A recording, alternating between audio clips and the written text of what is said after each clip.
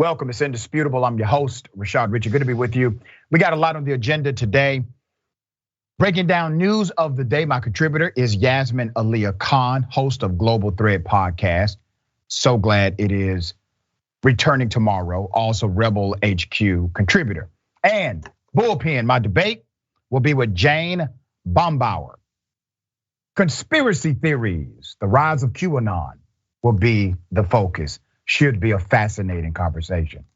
Top story of the day, the sheriff of Liberty County has spoken, and he is defending his deputies who went on a bus of college students and decided to bring drug-sniffing dogs to go through their bags. This sheriff is defending them. Okay, let me remind you of what happened. Why I'm coming on the bus right now is to tell y'all that we're gonna check y'all's luggage. Okay? If there is anything in y'all's luggage, we're probably gonna find it. Okay? I'm not looking for a little bit of marijuana, but I'm pretty sure you guys as chaperones are probably gonna be disappointed in you if we find it. You guys are on a lacrosse team, correct? Yes. So if there is something in there that is questionable, please tell me now. Because if we find it, guess what? We're not gonna be able to help. All right, so these dumbass deputies assumed, obviously, that a group of college students who are on the lacrosse team coming from a tournament in Florida, driving through the state of Georgia, they were obviously trafficking narcotics.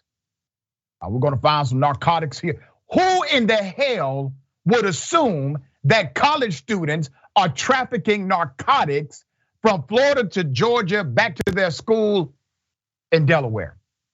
All right, let's put up a picture of the sheriff of Liberty County, the guy in charge of those deputies. There he is.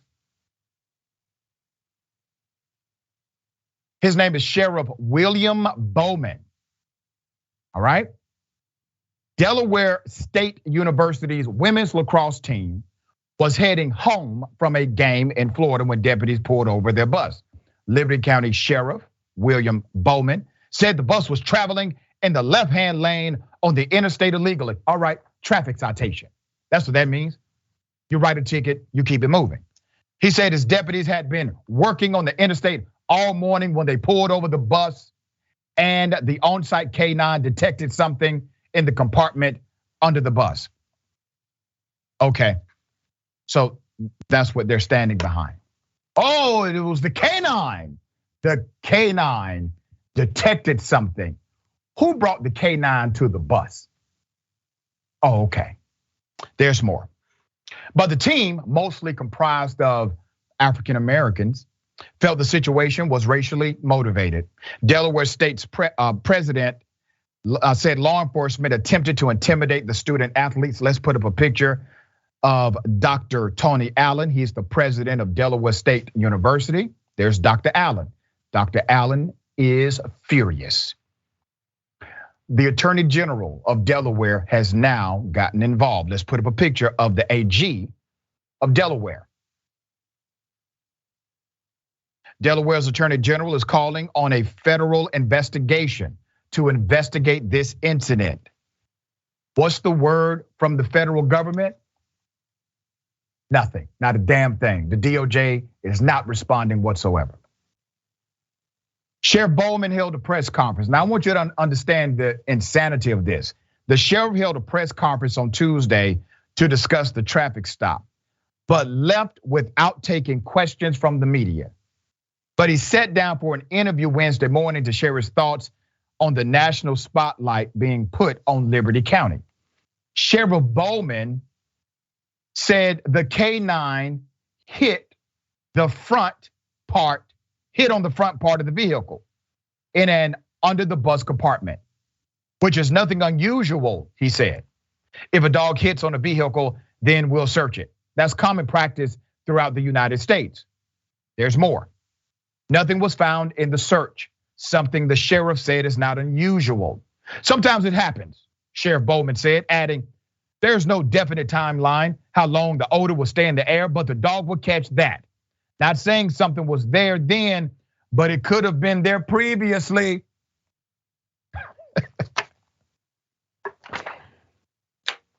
There's more silliness. The reporter said, "Did your deputies do anything wrong?" Sheriff said, "No, but we could have done things a lot better. And we would like to get more feedback from the university and talk to the students," Sheriff Boden said. There's a lot of things going on in our country that a lot of people consider to be racial. But here in Liberty County, that is something we do not practice. I do not allow it, and I will not let it happen. Okay. The sheriff in that same press conference said that he's launching a probe, an investigation into the conduct of his deputies. He said that during the press conference.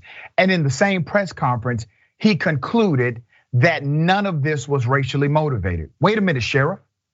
I thought that's what the probe was for.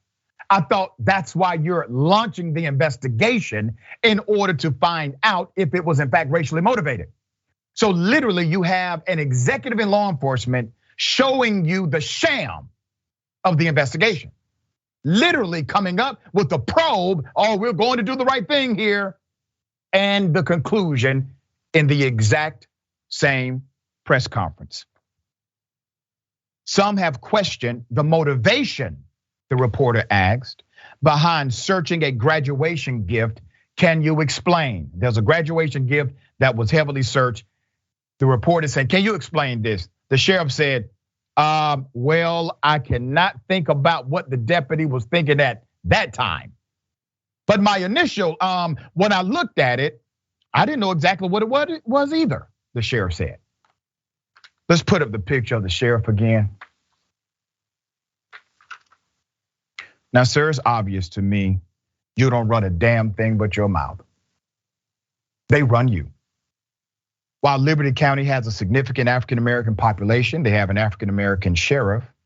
According to the county commissioners I spoke to this morning, the power structure is still white. He is handpicked by that same power structure, according to the commissioners that oversee that office, who wish to remain anonymous. But if you did a search of my, social media, you can probably find out what commissioners are for this guy and which ones are not. All right, so the good sheriff there, he wants to talk to the university students. He wants to have a powwow. Now, I want you to understand how this insanity is unfolding. He wants to talk to the students, okay? He wants to talk to the university students who were harassed by his deputies. Did he say that he needs to have a conversation with his deputies? Did he say that his deputies need to be disciplined? He admitted his deputies were wrong. He admitted that these kids did nothing wrong. He admitted that there was no drug, there were no drugs nor drug paraphernalia. He admitted to this. So let me get this right, Sheriff. You need to have a conversation with the students who were harassed, but you don't need to have a conversation with your deputies who did the harassing. Yasmin, thoughts here? For all of the rhetoric that we've been hearing around freedoms and Americans and all this stuff, I mean, we are not far from a police state here. And I wanted to touch on the last point that you just made. Why is he talking to the students? They did nothing wrong, right? They weren't driving the bus. If this was just a regular traffic stop, which is what it started off as, the students are the ones to blame, right? I don't really know why they got on the bus. They said the dog found something, but then they didn't find anything after they harassed this entire bus full of students. And that's the other thing. These are students, these are university students, and they're athletes, right? These people are not the ones to bring drug paraphernalia on a bus, especially going across state lines, especially when they're on a school field trip, basically, right? Not a field trip, but an athletic thing. These are not the people that you need to be worried about. The cops are the ones who overstep their boundaries. And I think they knew that. And the sheriff needs to acknowledge that, and he needs to talk to his own deputies. And the other thing, I think with cops, the thing that rubs so many people the wrong way about them is their condescension, the way that they talk to people, right? Everything that the cop was saying when he was talking to the students on the bus was super irritating for me, and I have an attitude problem, so it's very hard for me to not talk back to people like that when they're talking to me one way. But a situation like that, there's really very little that you can do or even say against the cop, especially when they have a gun in their pocket or on their holster, wherever they keep it, right?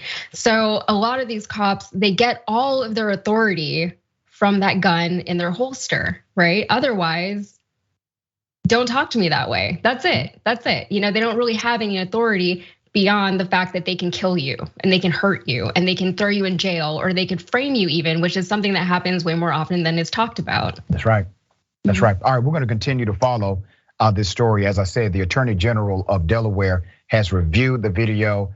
She is convinced that the police need to be investigated, the deputies need to be investigated by the federal government. Her name is Jennings, so we're going to see what happens with that referral to the Department of Justice.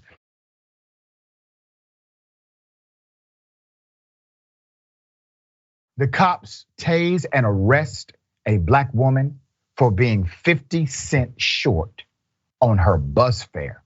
She had $2. The bus fare was $2.50.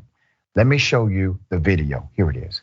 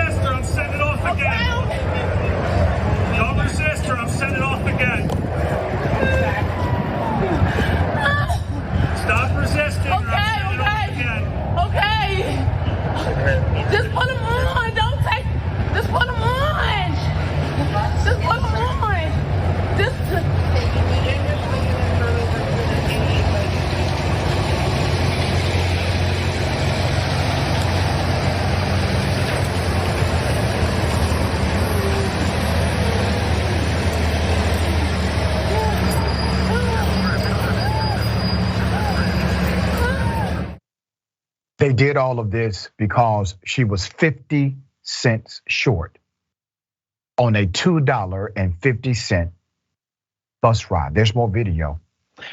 This is SEPTA police officers, Southern Pennsylvania Transit Authority. Here's what happened next. Who's taking my phone? Who's taking my phone? You're not permitted to hide your phone. Somebody told me something. Somebody said why? Why? But why am I under arrest? Why am I under arrest? Don't sit behind me right in my bag. I just said I had no change. I put one in there when I could put in here. What's the phone in your bag?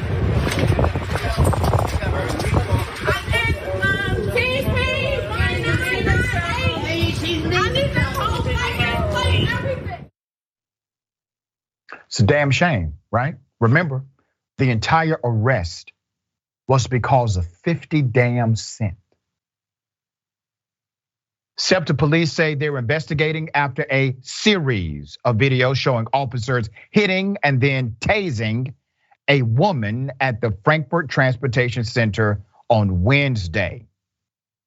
This surfaced on social media. Now there's a response. SEPTA spokesperson Andrew Bush said those events unfolded after police officers responded to a bus driver's call for assistance with a woman who would not exit the vehicle at Frankfurt Transportation Center.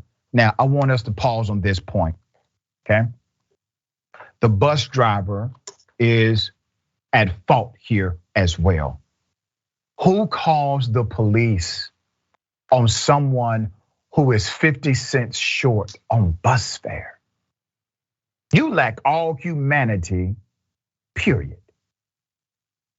The human response is to either let it slide or B, put the 2 quarters in the damn machine yourself. This is real simple, people. This is not complex. Everybody can be great because everybody can serve. That's what Dr. King told us. But these moments of our journey, these small moments where we can just do the very decent thing, but instead we do the egregious thing as a human race. And instead of just giving the woman 50 cents or allowing her to bypass that 50 cent mark and say, you know what, madam, it's okay. It's all right, it's on me today. Instead of exercising that level of humanity, that level of connection to the common person, you rather call a gun. You're saying, anytime you call the police, you're saying, I need a gun to handle this situation. So now we need guns for 2 quarters. That's what this country has de-evolved into. We need a gun to handle 25 cent and 25 cent, 50 pennies, 2 quarters. We need a gun now. There's more. The spokesperson did not identify the woman who he said is 24 years of age, a young lady, and said charges against her had not yet been approved. We're hoping they are never approved. The spokesperson added that she was taken to Jefferson Frankfurt Hospital to be evaluated, which he said is standard procedure when a taser is deployed. Okay, for everyone who is concerned about government spending and government waste, I'm concerned about it myself. Over 2 quarters, do you realize how much money the city, the government has to pay because of what they ended up doing? The man hours, the hospital visit, all of that has to be paid by the government because she was in their custody going to the hospital. She is hospitalized because of their actions. All of this is now government funded over 2 quarters. Does this make sense to anyone? There's more. The SEPTA Transit Police Office of Professional Responsibility conducts reviews of every use of force incident and will conduct an investigation into this incident. Anyone who witnessed the incident is urged to contact them. The spokesperson said that'll all be examined, that video and any other available from body cameras. There will be a thorough examination of all of that evidence, all right? Back in December of 2021, a SEPTA transit police officer was charged with simple battery, endangering another person, and other charges for alleged excessive use of a taser on a man who was verbally threatening a SEPTA employee, all right? And they have a history of utilizing significant excessive force against citizens who are just trying to get from point A to point B, all right? Yasmin, thoughts on this case?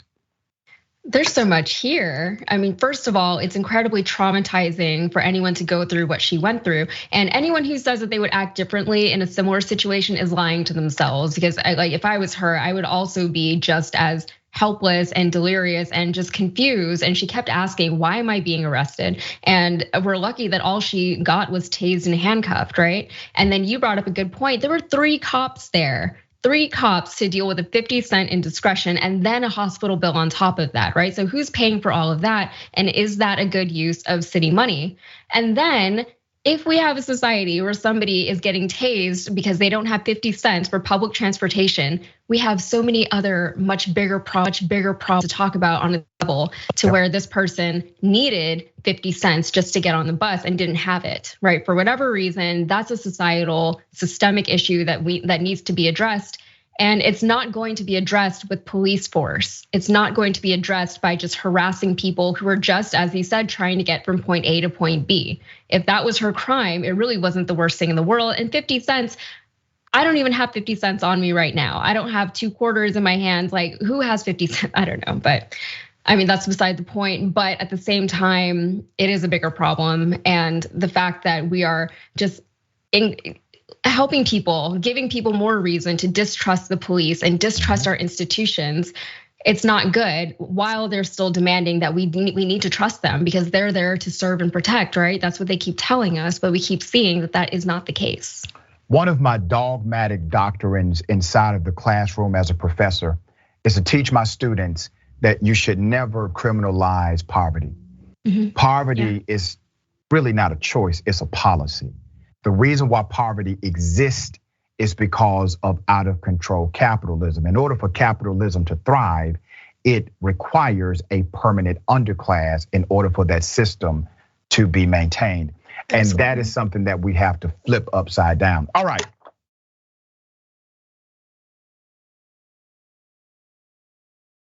The police, they decide to throw a 61-year-old grandmother to the ground, break her arm because she had the audacity to record them.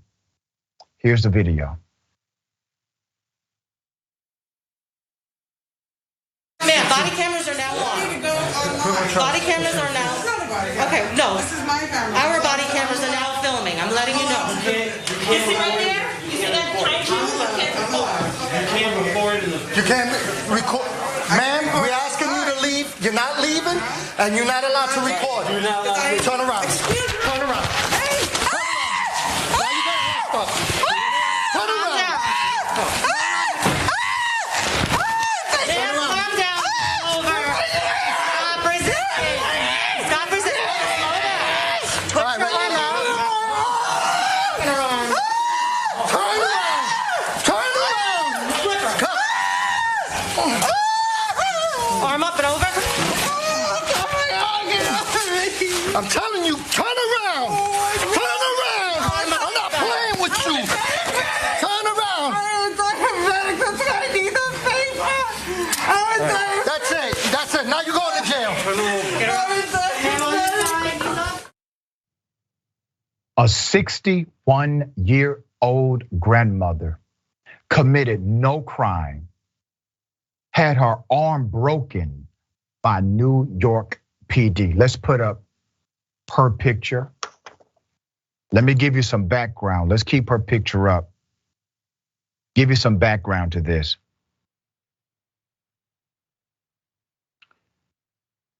This woman, her name is Patricia Rodney. She is now pursuing legal action. That's your update to this case. There's now a lawsuit. Miss Rodney, who's diabetic, was visiting the station on December 2nd, 2020. Why was she there? She was there to pick up a copy of a police report that she'd filed about a missing glucometer as required by her insurance provider. This is standard. This is a standard thing. But instead of helping Miss Rodney, the officers turned her away. So she became frustrated, right? And she decided to turn on her camera phone. And at least 6 officers decided to swarm her because of this. Listen, think about it. This 61-year-old grandmother has a requirement to have a police report because somebody committed theft. So she has to get a police report. She goes to do this. There's an officer that actually told her, here's how you do it. She goes to do it. These officers act like she's not even present. They decide to turn her away, reject her, treat her like a second-class citizen, third-class citizen, however you would like to categorize it. And she gets upset, and what does she do? She doesn't commit a crime. She doesn't try to destroy property. She doesn't fight the police. She turns on a recording device on her phone because now she's irritated enough to expose what's happening. This is for exposure. So she turns on her camera in order to expose this. What do? They break her arm. 61-year-old grandmother. There's more. Ms. Rodney works at a local school cafeteria. That's her job. She is medically required to check her blood sugar at least 5 times a day.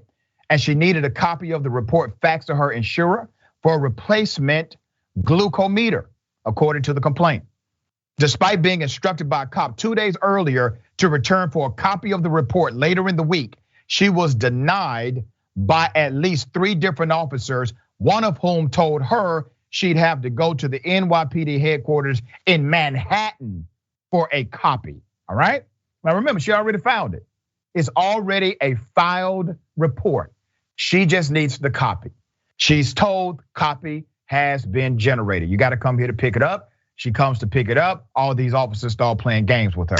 Now, Ms. Rodney was taken to a local hospital for treatment after the encounter, where she remained handcuffed, okay? That's according to the lawsuit. She had a fractured elbow, as well as swelling in both arms, elbows, and wrist, the complaint says. She was charged with what? Resisting arrest, that's your catch-all. Obstructing governmental administration, disorderly conduct, and criminal trespass, all of which were completely dismissed later by a judge. Ms. Rodney is looking for monetary compensation for the emotional damage and physical injuries caused by that gruesome and unwarranted arrest. But the lawsuit also calls into question a controversial NYPD policy around filming the police. So let me give you some background to this. 3 years ago, the department prohibited recordings inside of police precincts. While the merit of the new policy was never officially settled, the New York City Council passed a law in 2020 declaring cops susceptible to legal action if they stop someone from filming police duties. The right to record police is widely accepted as a First Amendment right in the US. Over the past 25 years, several district US courts have upheld filming police as constitutionally protected and a form of expression, so long as the person recording the activity does not interfere with the police investigation. Remy Green, who is Ms. Rodney's attorney, hopes a decision will provide much needed clarity on the matter, because in New York City, what is and isn't allowed to be recorded appears to be unclear even to its leaders. In March, Mayor Eric Adams asked New Yorkers to either stand further back from cops when recording them or invest in a new phone to better capture moments. The suggestion was widely panned because the mayor failed to present examples of people being too close to an arrest while documenting it. Let me put up the picture of some of the leaders of New York. Look, it's supposed to stop with them. You have Mayor Eric Adams, you have Chief Corey, and you have Commissioner Sewell. All right. Meanwhile, while these individuals cannot get their heads from up their own behinds, the GOP in Oklahoma, Florida, and Arizona have all passed laws restricting a person's freedom to record the police.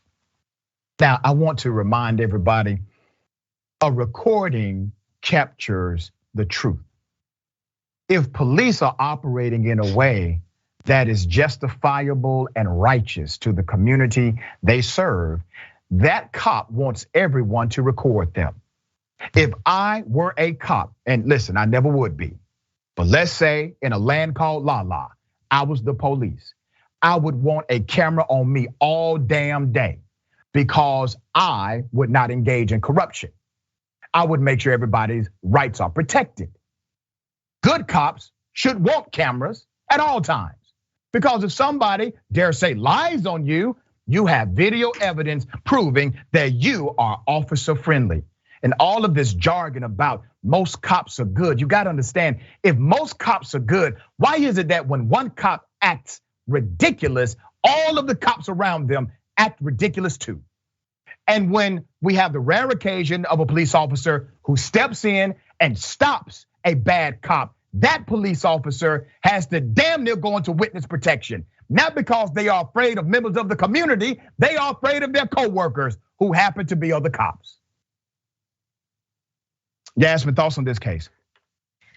Dr. Richey, I think I'm just in a mood today because I can't handle these stories. First of all, as far as being recorded, these are public servants, right? They're not just regular citizens who don't want to be recorded in their daily life. These are public servants and they're on the clock. They're working right now. Right. And again, like I don't want to keep harping on the money aspect of it, but like there's a lawsuit now that the NYPD is going to have to deal with, the state of New York, whoever. But how much money are they going to spend just because some cops literally just didn't want to do their job that day? It was such a simple thing that she was asking for. There was no illegality. She was just doing her due diligence, and they just didn't want to help her. And then she even had the courtesy to tell them that she was recording them. And it's a 61-year-old woman. Like, that could have been my mom. That could have been any one of my aunts that I have living in New York City. So it is really distressing to see. But yeah, like going back to the money thing, I hate that that's the most important thing, because this is really, really traumatic for the people who are going through these things.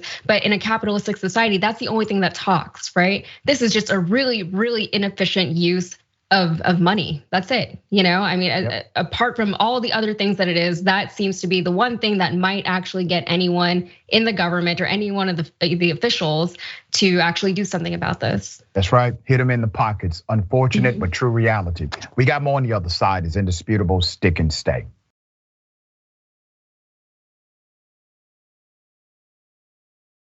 All right, got a lot of show left.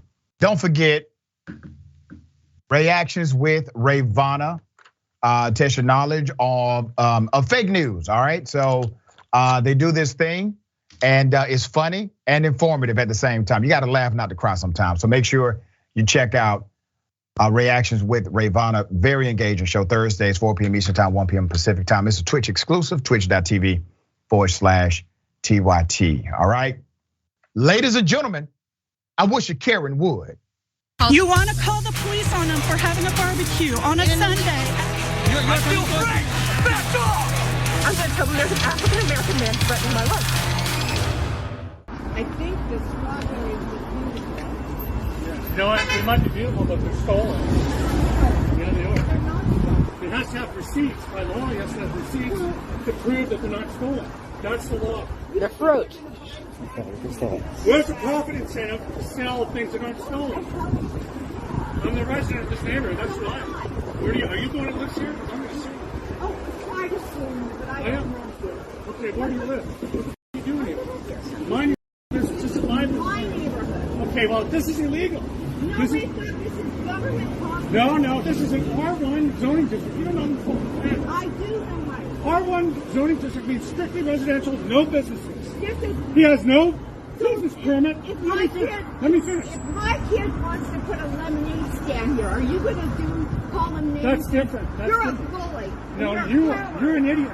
You're a fool. And I'm protecting my property rights. Where in the hell? Okay. You're protecting all of these neighbors. It doesn't matter. It's illegal. It is illegal. I got more video. This male Karen decided to then take his car and actually run over the fruit stand. He was later arrested. I have the video of the arrest as well. You don't want to miss that.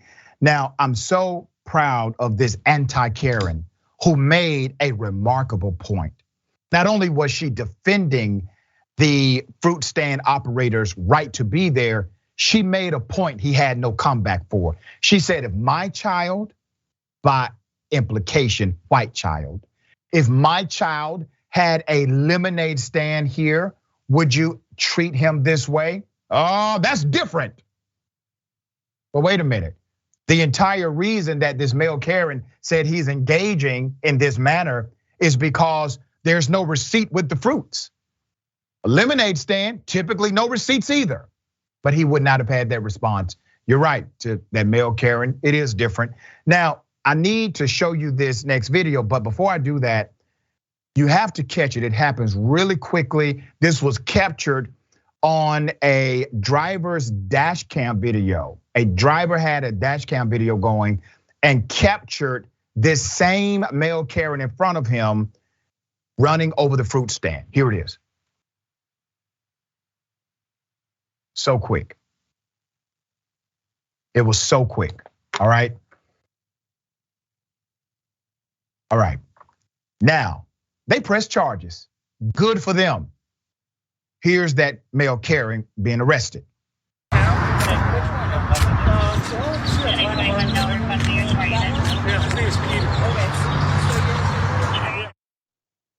Yeah, let's put up a screenshot of this male Karen in all of his glory. There it is, that's called taking responsibility. That's called accountability. That's called repercussion. The TikToker who was following the incident press charges on the male Karen, whose name is Daniel J. McGuire. That's his name. He was arrested when keeping it Karen goes wrong. Yasmin, happy ending here, my opinion. Yeah, for once. And what a good Samaritan this guy was being. I don't understand why people just can't see things and be like, I don't like that, but whatever. And just go on about your day, right? Did you really need to be arrested over this? Did you really need to engage all these other people? Did you really need to upset a man who is just trying to sell some fruit on the side of a road? Like, it's really not a huge deal, but the things that people choose to make into big deals, it's like, is this just misdirected aggression? Are you mad about something else? Did you have a bad day? What is happening? But we're very fortunate that it was caught on video. We're also very fortunate that there was somebody else there to defend this guy.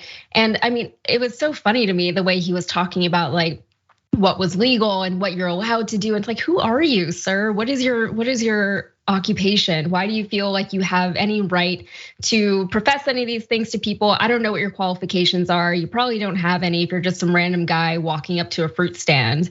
And then on top of that, it's like, why do you feel the need to enforce whatever rules you're professing to on other people? You can't.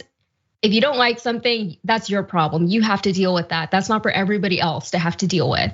And that's a problem with Karens, I guess. Yeah, that's right. And listen, his qualification is that he's a white man. That's his qualification. He gets to go wherever he chooses and make whatever laws up he wants to and then break them without responsibility. This is not a person who is concerned about the law because literally he's the person who ran over the fruit stand with his vehicle, broke the law and got arrested later.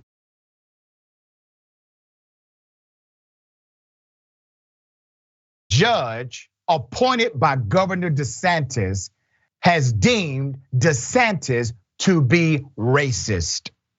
Yeah, let's put up a picture of the judge. Let's do this.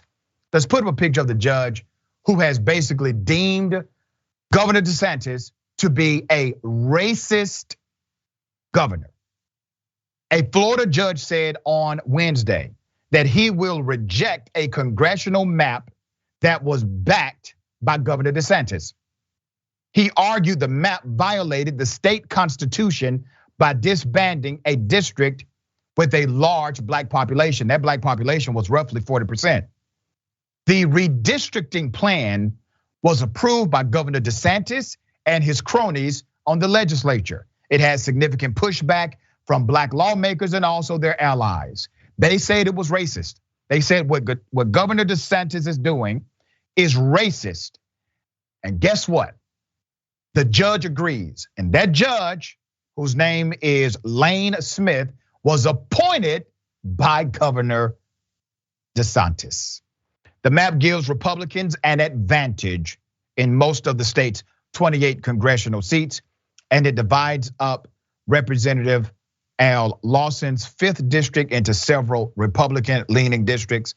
Governor DeSantis argued the redistricting plan eliminated a racially gerrymandered 5th district, but the decision drew a legal challenge from voting groups who said the map favored Republicans and decreased black voting power.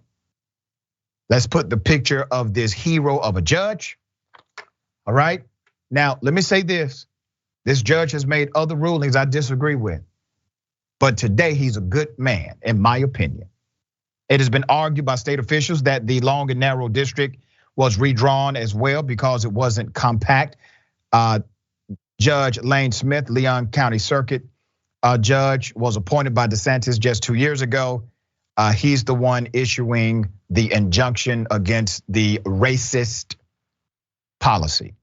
During a hearing earlier this week, Smith said he will issue a formal order Thursday or Friday to keep Governor DeSantis' maps from taking effect in the November election. He has told them, now I'm not making a threat, but I'm telling you, here's what's going to happen this week. Judge Smith said the new map runs afoul of the Florida Constitution Fair Districts Amendment because it dismantles Northern Florida's 5th congressional district, where black residents make up more than 40% of the population, a move that diminishes African Americans' ability to elect the representative of their choice. He agreed that the map is more compact, but the issue of allowing black voters to choose their representatives is more important than the optics of the map. That's what the judge said. Governor DeSantis and his office already confirmed it will appeal the ruling to a higher court. They are confident the constitutional map enacted by the Florida legislature and signed into law passes legal muster. That's a quote from their communications director. The case will head now to a state appellate court and could eventually reach the Florida Supreme Court, which leans which way? Exactly. All right, Yasmin, thoughts here? Yeah, this combined with everything going on with the Roe v. Wade decision from SCOTUS, I was born in 1988, right? And when I was learning about the civil rights movement in the United States, I mean, really, it was only a few decades before when I was born, but it felt like so long ago. It felt like those were problems of the past and we don't have to deal with these things anymore. And now look at where we are. Look at how regressive we've gotten as an entire nation, and we've let this minority of people just control the majority of Americans, right? With things that they don't agree with, right? And it's proven, there's polling that reflects that. The decisions that are being made on behalf of the American people do not reflect the views and opinions and the values of the actual American people. And that's what we're seeing here. And luckily this time there was a judge who said, no, this is wrong. Especially considering that he does have ties to DeSantis. It's pretty remarkable that even happened in the first place, but it shouldn't be. That's why they're judges, right? And judges are fallible, they're human too, but they're supposed to be better than the rest. They're supposed to at least default to the law.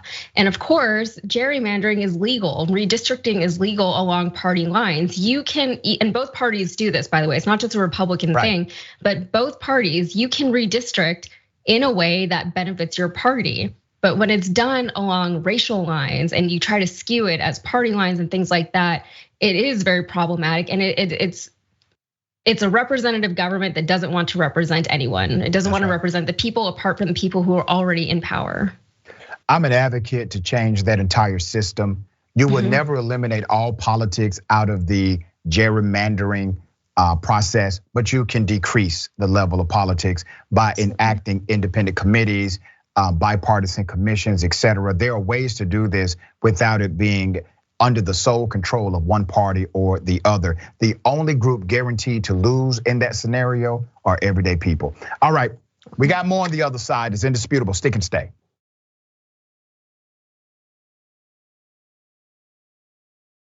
This is an update.